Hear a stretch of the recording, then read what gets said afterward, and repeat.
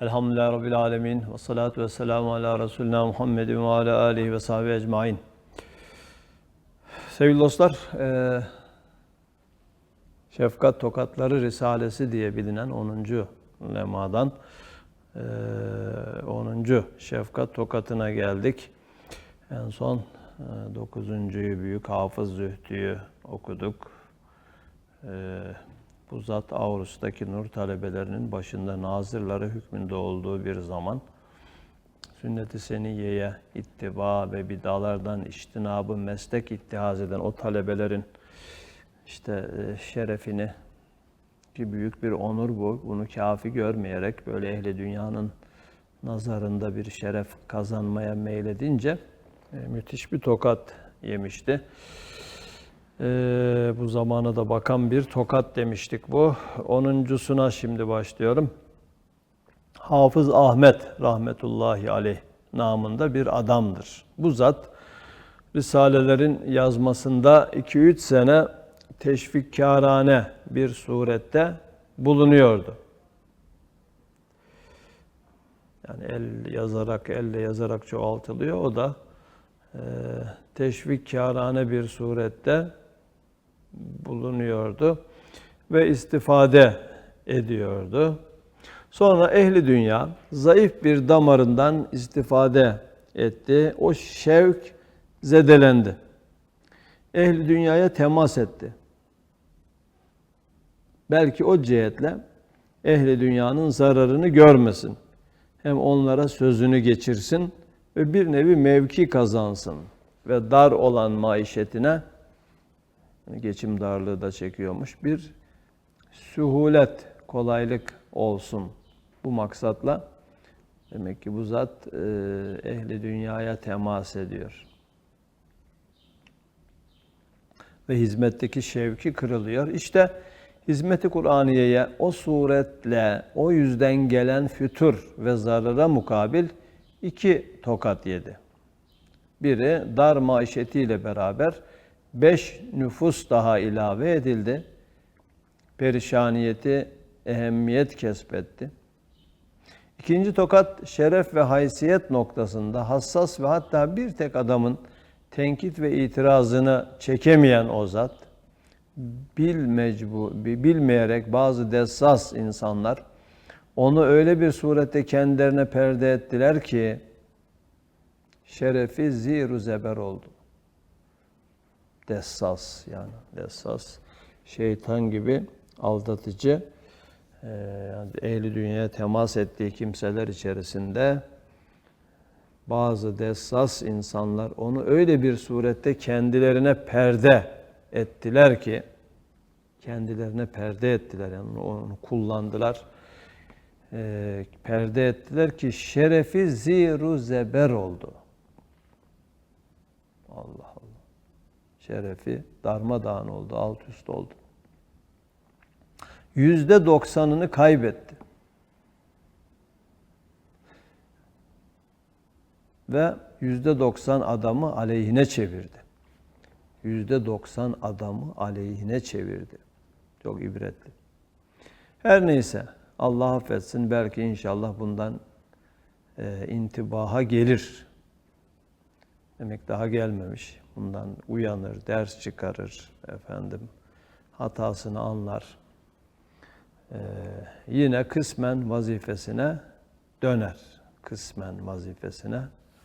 döner. Evet, 11.'si belki rızası yok diye yazılmadı diye böyle 2 satır nokta konmuş. Ekranda o noktalar yok. Tabii yani 11.'si rızası olmayan birisi ise hiç ona temas da edilmez yani, ama burada bunu şimdi geldi aklıma, yani belki rızası yok diye yazılmadı diyor. Demek ki ötekilerin rızası varmış. Zaten yapmayanların ismini tasrih etmeyeceğim demişti. Rızası olmayanların başta. Bu zatın rızası belki yok diye yazılmadı diyerek de bir ders veriyor. Demek ki kendi kitaplarımızda, makalelerimizde konuşmalarımızda da dahil edebiliriz, konuşmalarımızı da. Yani birinin rızası olup olmadığını bilmiyorsak, razı olmaz ihtimali varsa ondan bahsetmememiz gerekiyor. Veya da en azından isim vermeden bahsetmemiz ancak doğru olabilir. Böyle bir ders veriliyor bu ifadeyle. 12.'si Muallim Galip'tir rahmetullahi aleyh. Evet, bu zat sadıkane ve takdirkârane risalelerin tebyizinde, yani temize çekilmesinde çok hizmet etti ve hiçbir müşkilat karşısında, zorluk karşısında zaaf göstermedi. Ekser günlerde geliyordu, kemali şevk ile dinliyordu ve istinsah ediyordu. Risaleleri çoğaltıyordu. Sonra kendine 30 lira ücret mukabilinde umum sözleri ve mektubatı yazdırdı. Demek de yazısı daha güzel olan birisine de kendisi için 30 lira ücret mukabilinde yazdırdı. Onun maksadı memleketinde neşretmek ve hemşehrilerini tenvir etmek idi. Sonra bazı düşünceler neticesinde risaleleri tasavvur ettiği gibi neşretmedi. Sandığa bıraktı. Birden elin bir hadise yüzünden bir sene gam ve gussa çekti. Risalelerin neşriyle ona adavet edecek resmi birkaç düşmanlara bedel, zalim, insafsız çok düşmanları buldu. Bir kısım dostlarını kaybetti. 13.'sü Hafız Halit'tir rahmetullahi aleyh. Kendisi der: evet, itiraf ediyorum. Üstadımın hizmet-i Kur'aniye'de neşrettiği asarın tesvidinde hararetli bir surette bulunduğum zaman, yani müsvedde yazmalarda böyle istekli, şevkli, hararetli bir surette bulunduğum zaman mahallemizde bir cami imamlığı vardı. Eski kisve-i ilmiyemi sarığı bağlamak niyetiyle muvakkaten o hizmete fütur verip bilmeyerek çekildim. Maksadımın aksiyle şefkatli bir tokat yedim. 8-9 ay imamlık ettiğim halde müftünün çok vaatlerine rağmen fevkalade bir surette sarığı saramadım. Şüphemiz kalmadı ki o kusurdan bu şefkatli tokat geldi. Ben üstadımın hem bir muhatabı hem bir müsevvidi idim. Benim çekilmem ile, yani katiplerinden birisi yazıyor hemen. Üstad söylüyor, o da yazıyor. Sonradan temize de çekiliyor. Benim çekilmem ile tesvit hususunda sıkıntı çekmişti. Bazı yerlerde söylüyor, yani yanında yazacak kimse olmadığı için çok hakikatler geldiler gittiler diyor. Onu o anda yazmak gerekiyor. Bu sıkıntılar dediği buna benzer şeyler. Benim çekilmem ile tesvit hususunda sıkıntı çekmişti. Her neyse, yine şükür ki kusurumuzu anladık ve bu hizmetin de ne kadar kutsi olduğunu bildik. Ve Şah-ı Geylani gibi arkamızda melek-i siyanet gibi bir üstad bulunduğuna itimat ettik. Ezaful ibad Hafız Halit. Bu zat da imamdır. Mezarı Barla kabristanındadır. Oraya gidenler onu ziyaret edebilirler. 14.'sü 3 Mustafa'nın küçücük 3 tokat yemeleridir. Birincisi Mustafa Çavuş rahmetullahi aleyh 8 senedir bizim hususi küçük camiye hem sobasına hem gaz yağına hem kibritine kadar hizmet ediyordu. Hatta gaz yağını ve kibritini 8 senedir kendi kesesinden sarf ettiğini sonra öğrendik.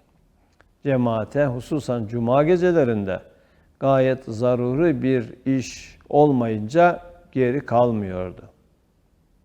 Sonra ehli dünya onun saffeti kalbinden, yani kalbinin safiliğinden istifade ederek dediler ki, sözlerin bir katibi olan hafızın sarığına ilişecekler. Bir önceki tokatta geçmişti bu hafızın sarığı meselesi. Yani ona sarık sardırmayacaklar. O da sardırılmamasını tokat olarak yazdı. Tekrar ona atıfta bulunuyor. Sözlerin bir katibi olan hafızın sarığına ilişecekler. Hem gizli ezan muvakkaten terk edilsin. Üstad böyle açıktan dışarıya dönük değil ama kendi tamir ettiği camiinde o uydurma ezanı okumuyor.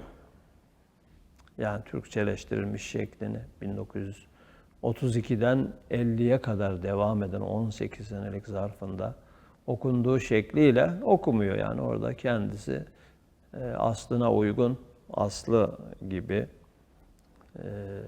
ezan okuyup kâmetle namaz kıldırıyor. Resmi imam değil çünkü. Böyle fahri imamlık yapıyor. Şimdi bu Mustafa Çavuş'a öyle diyorlar. Yani bir takım kalbinin safiliğinden yararlanarak, yani o da cemaate geliyor ya devamlı. Gizli ezanı terk edin diyorlar. İşte hafızın sarığına ilişecekler. Sen katibe söyle. Cebir görmeden evvel sarığı çıkarsın. Yani bu Hafız Halid'e söylemesini istiyorlar. O bilmiyordu ki hizmet-i Kur'aniye'de bulunan birisinin sarığını çıkarmaya dair sözü tebliğ etmek Mustafa Çavuş gibi yüksek ruhlulara pek ağırdır. Ona söyle dedikleri şeyi aslında söylememesi lazım. Ruhuna ağır gelmesi gerekir. Onların sözlerini tebliğ etmiş. O gece rüyada ben görüyorum ki Mustafa Çavuş'un elleri kirli. Kaymakam arkasında olarak odama girdi. İkinci gün ona dedim, Mustafa Çavuş sen bugün kim ile görüştün? Senin elin mülevves bir surette kaymakamın arkasında gördüm. Dedi eyvah bana böyle bir söz muhtar söyledi. Katibe söyle. Ben arkasında ne olduğunu bilmedim. Hem aynı günde bir okkaya yakın gaz yağını camiye getirmiş. Hiç vuku bulmayan o gün kapı açık kalmış. Bir keçi yavrusu içeriye girmiş. Büyük bir adam gelmiş. Keçi yavrusunun seccademe yakın bıraktığı müzahrefatı yıkamak için ibrikteki gaz yağını su zannedip bütün o gaz yağını temizlik yapıyorum diye caminin her tarafına serpmiş. Acayiptir ki kokusunu duymamış. Demek o mescit lisan-ı hal ile Mustafa Çavuş'a diyor, senin gaz yağın bize lazım değil. Ettiğin hata için gaz yağını kabul etmedim diye işaret vermek için o adama o koku hissettirilmedi, işittirilmedi. Hatta o hafta içinde Cuma gecesinde ve birkaç mühim namazda o kadar çalıştığı halde cemaate yetişemiyordu. Sonra ciddi bir nedamet, pişmanlık, bir istiğfar ettikten sonra saffeti asliyesini buldu. Demek camiye gidememek, cemaate yetişememek de öyle kimseler için bir tokattır. Evet. İkinci Mustafa'lar, kule önündeki kıymetdar, çalışkan, mühim bir talebem olan Mustafa ile onun çok sadık ve fedakar arkadaşı Hafız Mustafa'dır rahmetullahi aleyh. Ben bayramdan sonra ehli dünya bize sıkıntı verip hizmet-i Kur'aniye'ye fütur vermemek için şimdilik gelmesinler diye haber göndermiştim. Kule önünden Barla'ya yani böyle yaklaşık bir saatten fazla yürüyerek ziyaret edebiliyorlar üstadı ama gelmesinler diye haber gönderiyor onlara. Çünkü takip altında, göz hapsinde tutuluyor. Gelenler takip ediliyor, hesaba çekiliyor, falakaya yatırılıyor bazen. Ben gelmesinler diye haber gönderdim. Şayet gelecek olurlarsa birer birer gelsinler. Halbuki bunlar 3 adam birden bir gece geldiler. Fecirden evvel hava müsait ise gitmek niyet edildi. Hiç vuku bulmadığı bir tarzda hem Mustafa Çavuş hem Süleyman Efendi hem ben hem onlar zahiri bir tedbir düşünemedik. Bize unutturuldu. Her birimiz ötekine bırakıp ihtiyatsızlık etti. Onlar fecirden evvel, yani gecenin sonuna doğru demek ki fecirden evvel gittiler. Öyle bir fırtına onları 2 saat mütemadiyen tokatladı ki bu fırtınadan kurtulmayacaklar diye telaş ettim. Şimdiye kadar bu kışta ne öyle bir fırtına olmuş ve ne de bu kadar kimseye acımıştım. Sonra Süleyman'ı ihtiyatsızlığının cezası olarak arkalarından gönderip sıhhat ve selametlerini anlamak için gönderecektim. Yani git bak öldüler mi kaldılar mı diye gönderecektim. Mustafa Çavuş dedi o gitse o da kalacak. Ben de onun arkasından gidip aramak lazım. Benim arkamdan da Abdullah Çavuş gelmek lazım. Bu hususta tevekkelne alallah. Allah'a tevekkül ediyoruz dedik. İntizar ettik. Bekledik diyor. Tabii sonradan herhalde ölmediler ama epey bir o fırtına onları hırpaladı. Böyle bir üstadın sözünü dinlememenin tokadını yemiş oldular. Sual. Şimdi bu şefkat tokatlarından 14 tanesini okuduk. Sadece birisi belki razı olmaz, rızası yok diye yazılmadı. Onu çıkarırsak 13 şefkat tokatı var. Sonu bir sual ve cevapla bitiyor. İlginç bir soru ve cevap. Has dostlarınıza gelen musibetleri tokat eseri deyip hizmet-i Kur'aniye'de füturları, yani Kur'an hizmetindeki tembellikleri, gevşeklikleri cihetinde bir itap telakki ediyorsun. Yani örneklerde olduğu gibi onlara verilen bir ceza, bir tokat olarak telakki ediyorsun. Bunları da yazdın. Halbuki size ve hizmet-i Kur'aniye'ye hakiki düşmanlık edenler selamette kalıyor. Neden dosta tokat vuruluyor, düşmana ilişilmiyor? Neden dosta tokat vuruluyor? Yani dosta bir uyarı yapılıyor, dönmesine imkan vermek için. Bu uyarı onun iyiliği için. Ama yani tamamen düşman olanlar var. Bunlara neden tokat vurulmuyor, ilişilmiyor? Yani ilişilenler de olmuş. Böyle zecir tokadı yiyenler de olmuş. Risalelerde bunun örnekleri de var ama genel olarak tabii tam düşmanlık eden, zındıklık eden, değil mi? Dünyadan yana tavır alan, inkar içinde yaşayan insanlar günümüzde de öyle yani. Dünyada pek tokat yemiyorlar. Ömürleri görünüşte rahatlıkla geçiyor. Neden yani Allah onları cezalandırmıyor?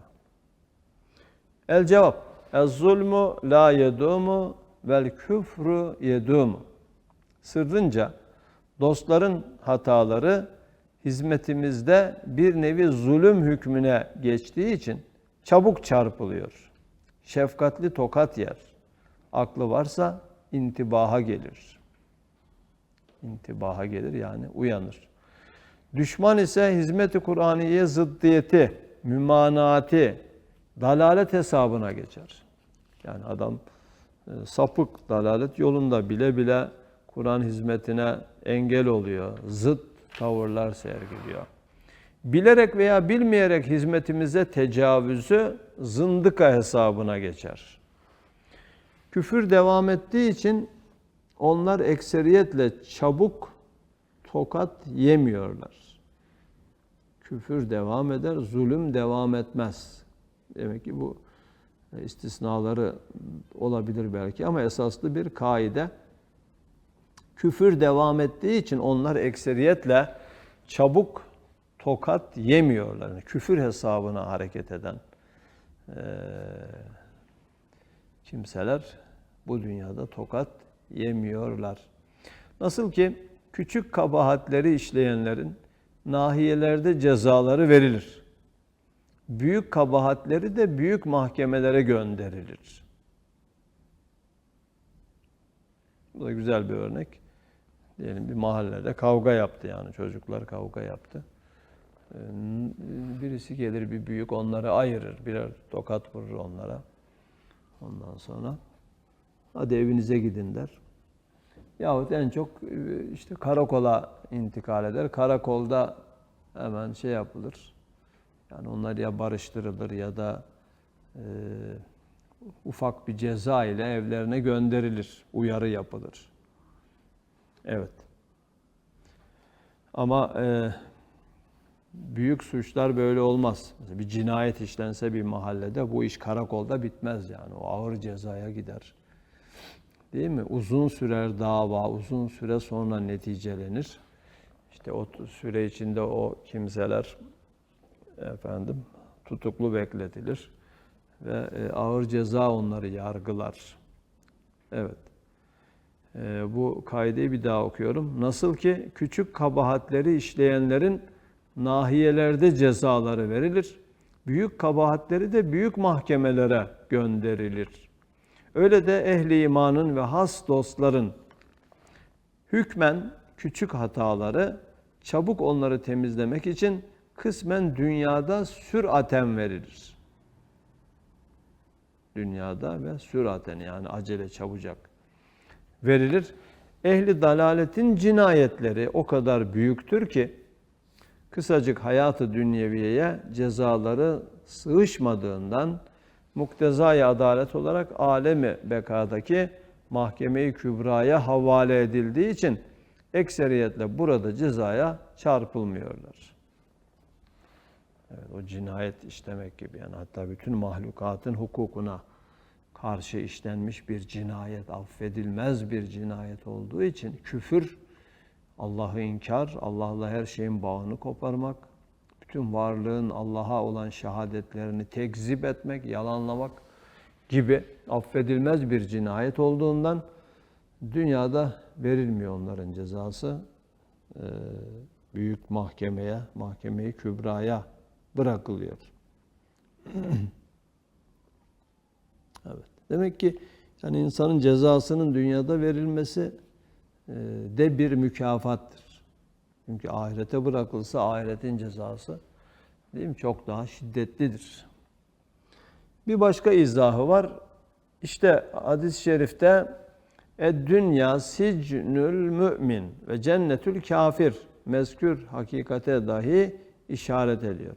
Dünya müminin zindanı, kafirin cennetidir. Mezkür hakikate, burada zikredilen bu hakikate dahi işaret ediyor. Yani dünyada şu mümin kısmen kusuratından cezasını gördüğü için dünya onun hakkında bir dar-ı cezadır. Zindan, yani cezaevi. Dünya niye mümin için cezaevi? Çünkü müminin, değil mi, büyük günahlardan kendini korur. Küfür gibi o affedilmez cinayet içinde değildir. Hataları küçük hatalar olarak kabul edilir. Onlar da bu dünyada hemen peşin cezalandırılır. Evet. Ne diyor? Yani günahları affedilsin diye, cezası burada bitsin diye. Hadis-i şerifte tertemiz olarak mümin ahirette Rabbinin huzuruna çıkıncaya kadar kendi başından, çoluk çocuğunun başından bela, musibet eksik olmaz. Ama bu şekilde olması onun iyiliğinedir, yani öbür tarafa temiz gitmesi içindir. Evet. Yani öyle. Benim babam son 2,5 ayını çok çekti yani öyle yoğun bakımda böyle sürekli. Ya hiç öyle şeylere gelemezdi.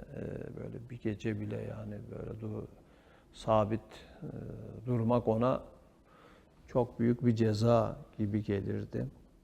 Dayanamazdı yani sabrı yoktu öyle şeylere ama 2,5 ay öyle yoğun bakımda kaldı, sıkıntı çekti. Biz de öyle yorumladık yani inşallah öbür tarafa temiz Cenab-ı Hak onu almak için günahlarını tamamen eritmesi ne fırsat verdi böylece. Mümin için her şey güzeldir. Evet.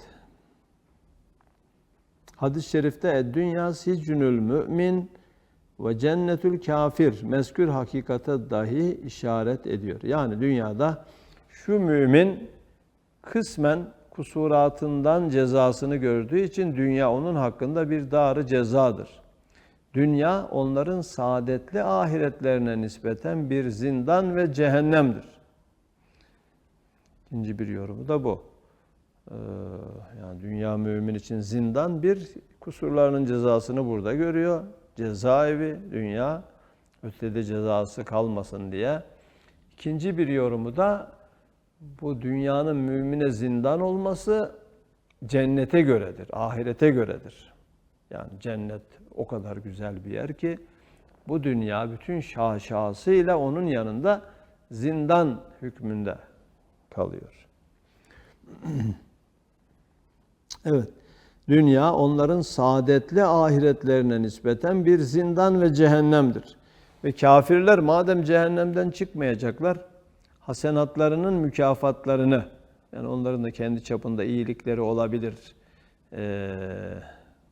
Yani bu göreceli bir iyiliktir tabii, gerçek bir iyilik değil ama o hasenatlarının, iyiliklerinin mükafatlarını kısmen dünyada gördükleri ve büyük seyyiatları tehir edildiği cihetle onların ahiretine nispeten dünya cennetleridir. Yani Allah zerre kadar da olsa iyiliğin karşılığını verir. Kısmen demek ki dünyada veriyor, dünyada rahat yaşıyorlar. Kısmen dediğine göre şimdi aklıma geldi. Kısmen de yani elbette iyilik yani kendi aralarında göreceli olarak bile olsa daha iyi olan yani başkalarına çok zarar vermeyen, başkalarına iyilik yapan kafirler, inkarcılar, ateistler ötede de yani azaplarının hafifletilmesiyle bir yerde söylüyor ateşle yani cehennem ateşiyle ülfet kazanarak evvelki şiddetlerden azade olarak bu iyiliklerinin karşılığını görecekler. Yoksa mümin bu dünyada dahi kafirden manen ve hakikat noktayı nazarında çok ziyade mesuttur. Adeta müminin imanı, müminin ruhunda bir cenneti maneviye hükmüne geçiyor. Kafirin küfrü, kafirin mahiyetinde manevi bir cehennemi ateşlendiriyor. Bu hadis-i şerifi işte burada zikrediliyor. Hadis-i şerifte diye. Böyle yorumlayamadıkları için belki manası ilk zahiri bakışta böyle yorumlanmadığı zaman işte müminlerin aleminde belki negatif bir etki yapar düşüncesiyle bazı ilahiyatçılar tarafından işte hani anlayamadıkları durumda şey yapıyorlar ya veya işte hadis senedini zayıf gördükleri zaman şüpheyle bakıyorlar. Bizim de ilahiyattayken ben talebeydim. Bir hoca geldi. İşte nereden söz geldiyse işte bazı şeyleri böyle dedi hadis diye şey yapmışlar. Bunu da örnek verdi yani. Dünya sicnül mümin neymiş efendim? Dünya müminin zindanıymış ve cennetül kafir. Kafirin cennetiymiş. bunlar bizi geri bıraktı, pasifize etti efendim diye böyle bir esti gürledi epeyce. Ben burayı yeni okumuştum o zaman. Belki de ilk defa okuyorum. Taze aklımdayken parmak kaldırdım. Hocam dedim, bu hadisin şöyle bir yorumunu okudum ben. Ve bu yorumu aktardım. Yani buradaki mümine göre dünya zindan, kafire göre cennet, müminin dünyasıyla kafirin dünyasını karşılaştırmıyor. Müminin dünyasıyla, dünyadaki yeriyle ahiretteki yerini karşılaştırıyor. Yani ahirette gerçek cennete gittiğinde öyle bir mutlu olacak ki o gerçek cennetin yanında dünyası zindan gibi kalır. Bütün şaşasıyla ahiretteki cennetin yanında dünya zindan gibi kalır. Kafirin ise gideceği cehennem ile dünyadaki durumu karşılaştırılıyor. Yani cehennem öyle şiddetli ki dünyadaki vaziyeti ona göre cennet. Bunda bir sakınca var mı? Bir de dedim işte baştaki yorum, yani mümin kısmen kusuratının cezasını dünyada görüyor. Ahirete ceza kalmasın diye. İşte başka hadisler de bunu teyit ediyor, demin söyledim. Tertemiz olarak Rabbin huzuruna çıkıncaya kadar kendi başından, çoluk çocuğunun başından sıkıntı eksik olmaz. Dolayısıyla yani ceza görülen bir yer anlamında. Ama bu ceza için de mükafat var, yani ahirete ceza kalmasın diye. Dünyada temizlensin diye. Tabii hoca bunları dinleyince belki de o da hiç düşünmemişti. Ya bunlar da güzel yorumlar dedi, yani böyle yorumlar da var filan diye geçiştirdi. Yani bunu şunun için söyledim. Günümüzde de böyle kolaya kaçmayalım yani. Kolaya kaçmayalım. Manasını anlayamıyoruz diye veya görünen manası, zahiri manası bizim bakışımıza, bizim anlayışımıza uygun düşmüyor diye, akla mantığa bile uygun düşmemiş olsa bile hemen inkar etmek kolaycılığına kaçmamamız lazım. Kaçmamamız lazım. Dolayısıyla bu pek anlaşılmıyor ama bir yorumu vardır. Yani rivayet zincirinde bir eksiklik yoksa, sahih, mesela Buhari gibi, Müslim gibi Kütüb-ü Sitte'den olan sağlam hadis kitaplarında yer verilmiş ise, dolayısıyla anlayamazsak bile inkar etmememiz lazım. Bir yorumu vardır, bir manası vardır veya o zaman Peygamberimizin kastettiği mana doğrudur. Acaba o nedir diye araştırılabilir. Onun için bu kolaycılığa kaçılıyor günümüzde. O anlamda bunu söz konusu ettim. Evet. Zaten risalelerin bir özelliği de böyle müteşabih veya müteşabih gibi görünen ayet ve hadislerin bu zamanın anlayışına sığmayan veya zor anlaşılan, bu zamanın anlayışına ters düşen ayet ve hadislerin böyle yorumlarını yapmış.